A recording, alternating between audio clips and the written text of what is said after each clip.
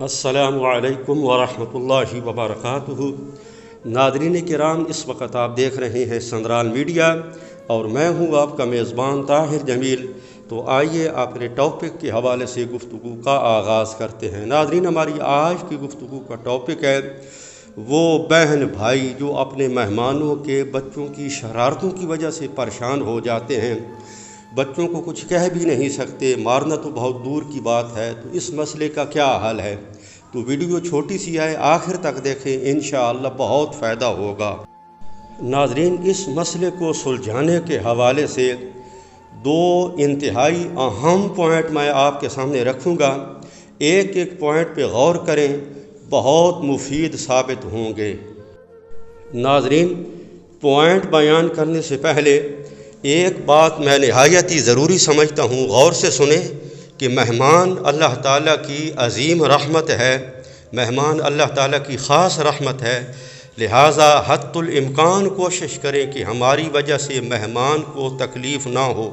مہمان کے بچے کو ڈانٹ پلانا تو دور کی بات ہے، اپنے بچوں کو بھی نہ ماریں نہ ڈانٹ پلائیں مہمان کے سامنے، کیونکہ یہ مرحلہ مہمان کے لیے انتہائی اذیت ناک ہوتا ہے۔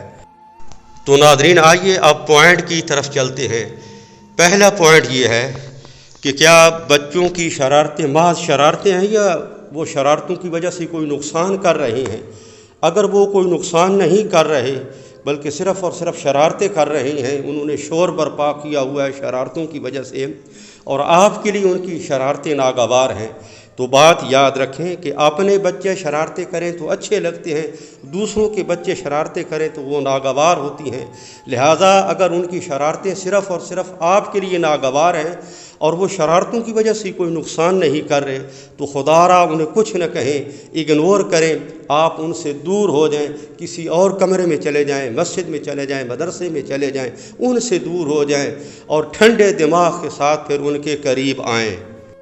وہ جیسے کسی نے کہا ہے نا کہ اپنا بچہ جب روتا ہے نا تو دل پہ اس کا رونا اثر انداز ہوتا ہے، لیکن جب کسی دوسرے کا بچہ روتا ہے تو دماغ پہ اس کا رونا اثر انداز کرتا ہے۔ تو اسی طرح شرارتیں بھی ہیں، لہٰذا آپ ان بچوں سے دور ہو جائیں، نہ رہے گا بانس نہ بجے گی بانسری۔